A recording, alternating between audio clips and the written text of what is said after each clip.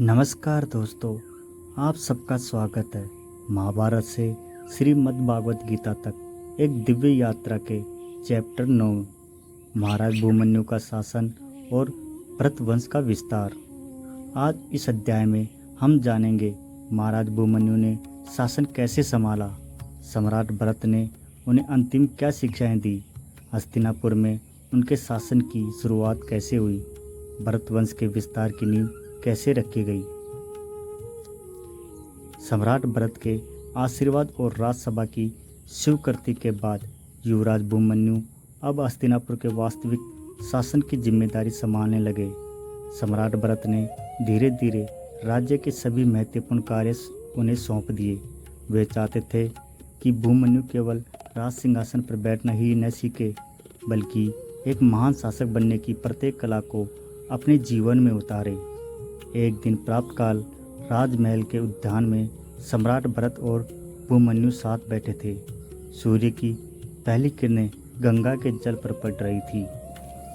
सम्राट भरत ने गंभीर स्वर में कहा, पुत्र, आज से हस्तिनापुर की प्रजा ही तुम्हारा सबसे बड़ा परिवार है। राजा वही है जो अपने सुख से पहले अपनी प्रजा के सुख का विचार करे। भूमन्यु ने विनम्रता से उत्तर दिया, पिताश्री, मैं आपके प्रत्येक उपदेश को अपने जीवन का नियम बनाऊंगा, धर्म से कभी विचलित नहीं होऊंगा।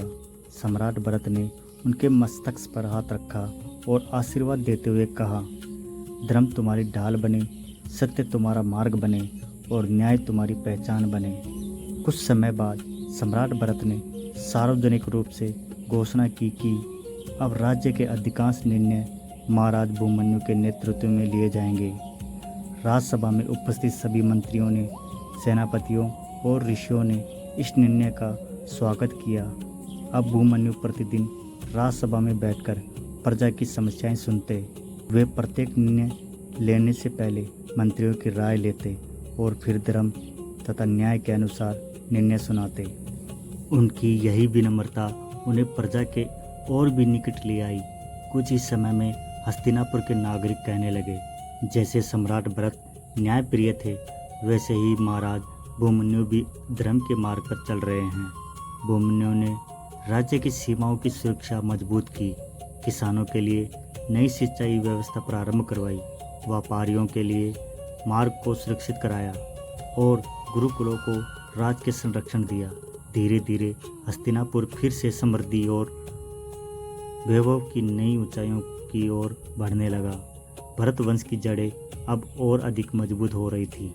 महाराज भूमन्यु के शासन का प्रारंभ अत्यंत सफल रहा। उनके प्रत्येक निर्णय में सम्राट भरत की शिक्षा और राजधर्म की झलक दिखाई देती थी। प्रजा को विश्वास होने लगा था कि हस्तिनापुर का भविष्य सुरक्षित हाथों में है। भूमन्यु का पहला उद्देश्य था कि राज्य का प्रत्येक नागरिक स्वयं को सुरक्षित और सम्मानित महसूस करे। उन्होंने अपने मंत्रियों से कहा, यदि राज्य का सबसे साधारण नागरिक भी न्याय के लिए निडर होकर राज्यसभा तक पहुंच सके, तभी हमारा शासन सफल कहलाएगा। इसके बाद उन्होंने न्याय व्यवस्था को और अधिक सुदृढ़ बनाया। प्रत्येक प्रमुख नगर में न्यायाधीश नियुक्त किए गए ताकि लोगों को छोटे छोटे विवादों के लिए राजधानी तक न आना पड़े। कृषि पर भी विशेष ध्यान दिया गया। भूमन्यु जानते थे कि राज्य की समृद्धि का आधार उसके किसान हैं। उन्होंने नहरों और जलाशयों के निर्माण का आदेश दिया, जिससे वर्षा का जल सुरक्षित रखा जा सके और खेतों की सिंचाई पूरे वर्ष होती रहे। व्यापार को बढ़ावा देने के लिए हस्तिनापुर से अन्य राज्यों को जोड़ने वाले मार्गों की मरम्मत करवाई गई। व्यापारियों को सुरक्षा प्रदान की गई, जिससे दूर दूर के राज्यों से व्यापारी हस्तिनापुर आने लगे। इससे राज्य की आय बढ़ी और प्रजा का जीवन पहले से अधिक समृद्ध होने लगा। महाराज भूमन्यु केवल प्रशासन तक सीमित नहीं थे, वे समय समय पर स्वयं सेना का निरीक्षण भी करते थे। उन्होंने सैनिकों से कहा, शस्त्र केवल विजय के लिए नहीं, निर्दोषों की रक्षा के लिए उठाए जाते हैं। सैनिकों ने भी यह संकल्प लिया कि वे सदैव धर्म की रक्षा करेंगे।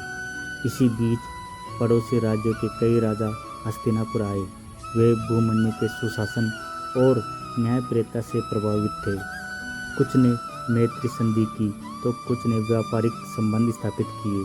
हस्तिनापुर की प्रतिष्ठा दिन प्रतिदिन बढ़ती जा रही थी।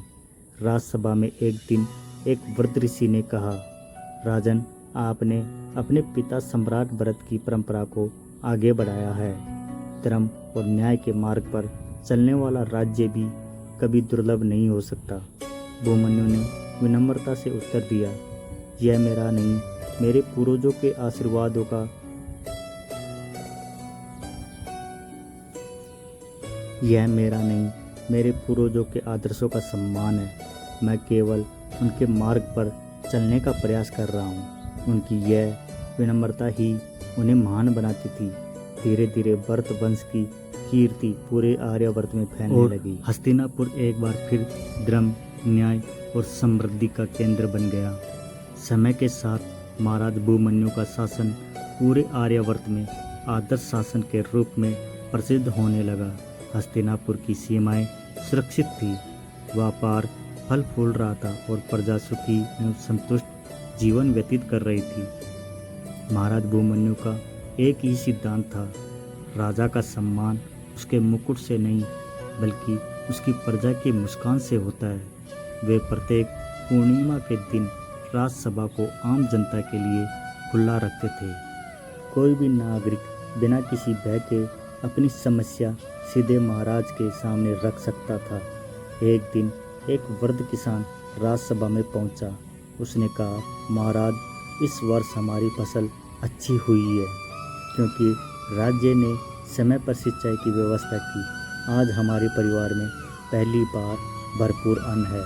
यह सुनकर भूमन्यु प्रसन्न हुए और बोले, यदि किसान समृद्ध है तो पूरा राज्य समृद्ध है। इसके बाद उन्होंने गुरुकुलों के विस्तार का भी आदेश दिया। राज्य के विभिन्न भागों में शिक्षा की व्यवस्था और मजबूत की गई।